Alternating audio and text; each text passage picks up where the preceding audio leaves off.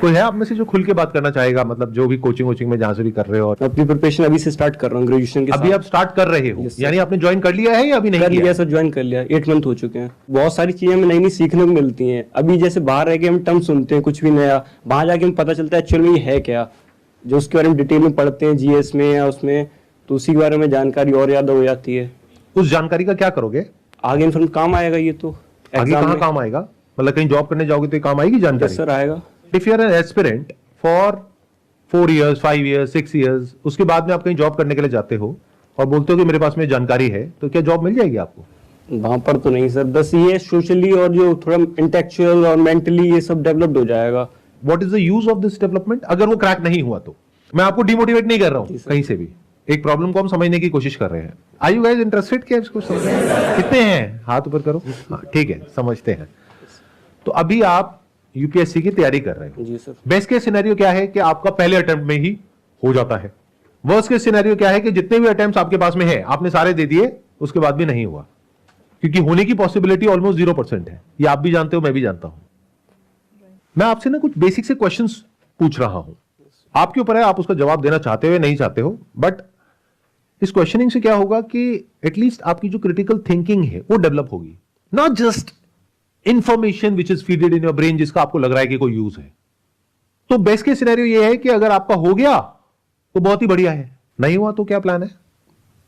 अभी sir backup कुछ सोचा नहीं है, अभी कॉन्फिडेंस है कि हो जाएगा सर। कॉन्फिडेंस है कि हो जाएगा, वो तो अभी यहाँ पे 10 लोग तैयारी कर रहे हैं यूपीएससी की, उनमें से 11 को कॉन्फिडेंस है कि उनका हो जाएगा। सर अटेम्प्ट हुआ नहीं, लेकिन अंदर से अभी तो आ रहा है कि हो जाएगा। आप मुझे ये बताओ कि ये आपने किया क्यों, ज्वाइन क्यों किया है? लोगों के लिए काम, मतलब वेलफेयर का भी काम कर सकते हैं, जो लोगों को जरूरत है। जैसे मेट्रो स्टेशन पे देखो तो देखता हूँ मैं, अभी जैसे जाता हूँ कोचिंग रास्ते में, कि लोग भीख वगैरह, यहाँ पे बैगिंग का काम बहुत ज्यादा है दिल्ली में, इतना मेरे यहाँ वहाँ नहीं होता है, तो यहाँ के लगता है बोले इसका भी कुछ सोल्यूशन होना चाहिए। ये गलतफहमी हमारे माइंड में कहां से आ गई है कि हम कुछ भलाई करना चाहते हैं तो उसका ये रास्ता है? मुझे ये बताओ कि कौन सा ऐसा इंसान है जो भलाई नहीं कर रहा है? Give me one category of people who are doing something legal. Illegal की बात छोड़ देते हैं, ध्यान से सुनना मैंने क्या कहा। लीगली कोई इंसान कहीं पर जॉब कर रहा है, टैक्सेस पे कर रहा है जिसकी वजह से देश चल रहा है, कहीं पर काम कर रहा है जिसकी वजह से कोई कंपनी चल रही है, जिसकी वजह से आपकी लाइफ चल रही है। आज जो आप प्रोडक्ट्स और सर्विसेज यूज करते हो उसमें से कितनी है जो प्राइवेट कंपनीज बनाती है और कितनी है जो पब्लिक कंपनीज बनाती है? Majority of products and services that you are using, जिसके बेस पे आपकी लाइफ टिकी हुई है, वो प्राइवेट कंपनीज चलाती है। तो जो उस पूरे इंफ्रास्ट्रक्चर को संभाल रहे हैं, क्या वो पब्लिक वेलफेयर नहीं है? क्या एक डॉक्टर जो कहीं पर काम कर रहे हैं, चाहे प्राइवेट क्लिनिक है, चाहे किसी गवर्नमेंट हॉस्पिटल में है, चाहे प्राइवेट हॉस्पिटल में है, क्या वो पब्लिक वेलफेयर नहीं है? क्या उसके बिना हमारा देश चल जाएगा? तो ये गलतफहमी कहां से आ जाती है हमारे माइंड में कि अगर हमको पब्लिक वेलफेयर करना है तो उसका ये रास्ता है। और हम सच क्यों नहीं बोलते हैं, जो है वो क्यों नहीं बोलते हैं कि हमें पावर चाहिए, हमें सोसाइटी में एक स्टेटस चाहिए? हम ये कहानियां क्यों साथ में गढ़ने लग जाते हैं कि मुझे कुछ वेलफेयर करना है? अगर आपने एक क्रैक कर लिया, मान लो 2 4 5 साल बाद, और आपको मैं एज एन इंटरव्यूअर ये ऑप्शन देता हूं कि आपको जॉब तो मिलेगी, लेकिन वो करने को नहीं मिलेगा जो आप करना चाहते हो, यानी कि क्या? पब्लिक डीलिंग ना, वो सब नहीं मिलेगा। पूरी जिंदगी भर यहां पर ऑफिस में बैठ करके ये काम करना होगा जो हम कह रहे हैं, लेकिन ठप्पा मिल जाएगा कि आपका हो गया है। तो करोगे, छोड़ दोगे? छोड़ देंगे सर। कुछ दिन तो सर अच्छा लगेगा, ठीक है, नया नया मिल रहा है, उसके बाद अंदर से फिर आएगा जो करना चाह रहे थे वो तो कर ही नहीं रहे हैं। जिस गोल को पाने में आपने 5 साल लगाए, आप कह रहे हो उसको पाने के बाद में मैं छोड़ दूंगा? वो तो सर एक यूपीएससी का रास्ता है, जो करना है वो जब वही नहीं कर पा रहे हैं तो फिर क्या फायदा है? तो फिर वो क्यों रास्ता है? और भी बहुत सारे रास्ते हैं, जिसको करना है उसके लिए तो बहुत सारे रास्ते हैं, वही क्यों रास्ता है? लाइफ में अगर सच में कुछ करना है ना, तो आपकी जो शुरुआत है वो हमेशा सच्चाई से होनी चाहिए। अगर शुरुआत ही झूठ पर हो गई, पूरी जिंदगी झूठ बोलते रहोगे, दुनिया से भी और खुद से भी। सच बोलो ना कि भाई मुझे पावर चाहिए, तो सर मुझे और किसी चीज से कोई लेना देना नहीं है, सड़क पे जाकर के भिखारियों की मदद करनी है, अभी कर दो। अभी तो कौन रोक रहा है? चलो एक काम करो, मैं आपको ऑफर देता हूं, देखते हैं कितनी मदद करते हो आप भिखारियों की। आप जा करके अगले 1 महीने तक भिखारियों की मदद करो सड़कों पे, उसके लिए जो पैसा लगेगा मैं दूंगा आपको, लेकिन आपको दिन में 12 घंटे काम करना होगा। करोगे? Yes sir. और 1 महीने तक आप यहां पे नहीं जा पाओगे, जो भी आपकी कोचिंग है अब बोलो यस सर, बोलो आपके लिए इंपॉर्टेंट क्या है, ये कोचिंग या फिर मदद करना सड़क पे जो भिखारी है उनकी? अगर वो इंपॉर्टेंट है तो कोचिंग गई भाड़ में। आप यही तो कह रहे हो ना कि भाई वो कोचिंग में इसलिए ले रहा हूं क्योंकि कोचिंग करके मेरा ये हो जाएगा और मैं भिखारियों की मदद करूंगा। मैं आपको एक ऑप्शन दे रहा हूं, ओपन ऑप्शन, देखते हैं आप ये एक्सेप्ट करते हो या नहीं करते। यूपीएससी क्रैक करने के बाद में आपको जो सैलरी मिलेगी यस सर। उतना पैकेज मैं आपको अभी देता हूं, लेकिन दिन में 12 घंटे आपको वो करना पड़ेगा जो आप कह रहे हो, यानी 12 घंटे दिन में सुबह से लेकर के रात तक भिखारियों की मदद करनी होगी। उसके लिए जो पैसा लगेगा वो हमारी कंपनी का एक सीएसआर डिवीजन है, वो आपको पे करेंगे। और भी सर डिपार्टमेंट है ना, और भी काम है उसमें, सिर्फ यही थोड़ी यूपीएससी सिर्फ।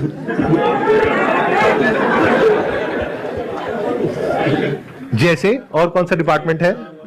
और भी एक मिनट सुनो सुनो सुनो। हाँ, और भी लोग हैं जरूरतमंद जिन्हें, ये जरूरी नहीं है भिखारी, और भी लोगों का है।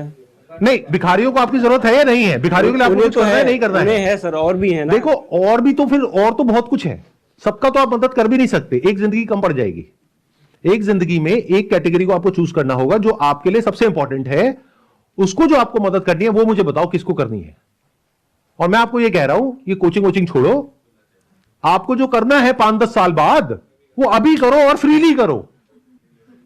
बोलो ऐसा कौन सा कॉज है जिसके लिए आपके अंदर से आ रहा है? अगर आ रहा है तो, या फिर सच बोल दो कि नहीं नहीं ये भिखारी भिखारी की तो सब बातें हैं, मुझे कोई फर्क नहीं पड़ता है, मैं रेड लाइट पे खड़ा होता हूं, कोई भिखारी आता है मैं उसको भगा देता हूं। स्टार्टिंग से सर यही है, जब पहली बार सोचा था तब यही था, लोगों को देख के।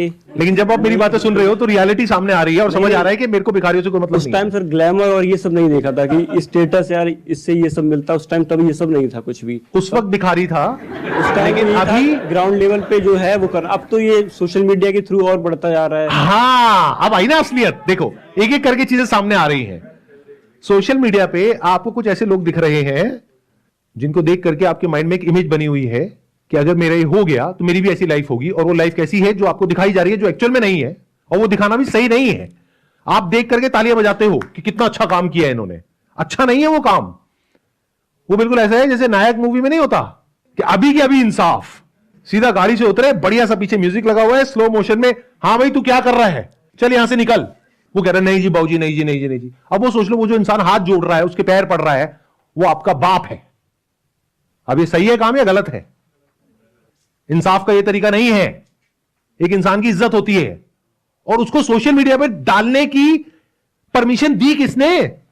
अगर एक इंसान ने रेड लाइट जंप करी है या कोई क्राइम किया है तो उसको उसकी सजा दो ना।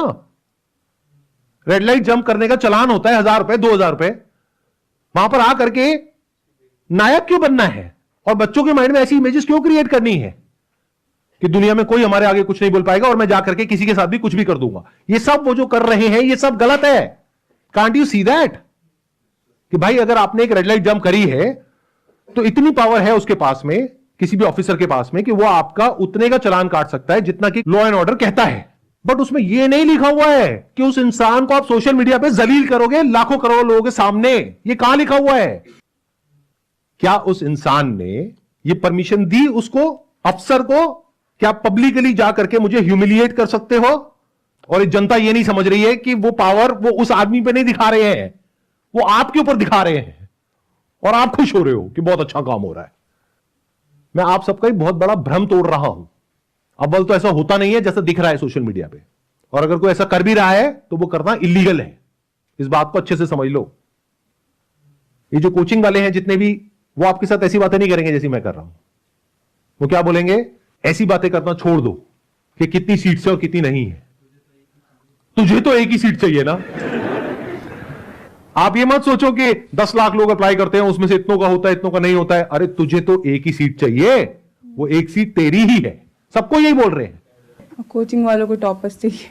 अरे कोचिंग वालों को क्या चाहिए वो तो छोड़ ही दो, वो तो एक अलग ही गेम है और बहुत इंटरेस्टिंग गेम है। अगर वो आप समझ पाओ तो, वो अगर किसी में भी थोड़ा सा भी दिमाग होगा तो वो समझ जाएगा कि गेम क्या है और किस लेवल पे है। कि अगर एक कोचिंग में मान लो फॉर एग्जांपल 20,000 बच्चा है जो 2 लाख रुपए दे रहा है, तो कितना पैसा हो गया एक साल का? 4 करोड़। 4 करोड़। ऐसे यूपीएससी क्रैक करोगे? जवाब दो। 20,000 इंटू 2 लाख कितना हुआ एक साल का? सर 9-0 आएंगे, 400 करोड़ होंगे। 400 करोड़ रुपए वो कोचिंग वाला कमा रहा है, चाहे आपका हो या ना हो।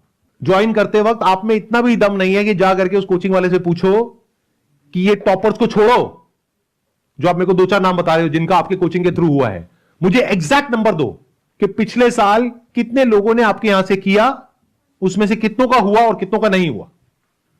तब एक परसेंटेज निकल के आपके सामने आएगी और तब एटलीस्ट आप ये कर पाओगे, जो अगर आपको करना ही है, कसम खाली है कि नहीं मुझे तो करना ही है, तो आप थोड़ा तरीके से करोगे। ऐसे नहीं कि बस किसी को देखा और किसी के फेस वैल्यू पे जाकर के कोई भी कोचिंग ज्वाइन कर लिया।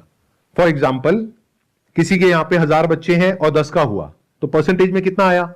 1%। 1%। किसी के यहां पे 10,000 बच्चे हैं और 20 का हुआ, तो कितना परसेंट है? 0.2%। तो कौन सी कोचिंग को आपको ज्वाइन करना चाहिए आइडियली? 1%। जो छोटी है, जिसकी सक्सेस रेशियो बेटर है, बजाय कि ऐसी कोचिंग को जिसको नाम बहुत है लेकिन सक्सेस रेशियो बहुत कम है।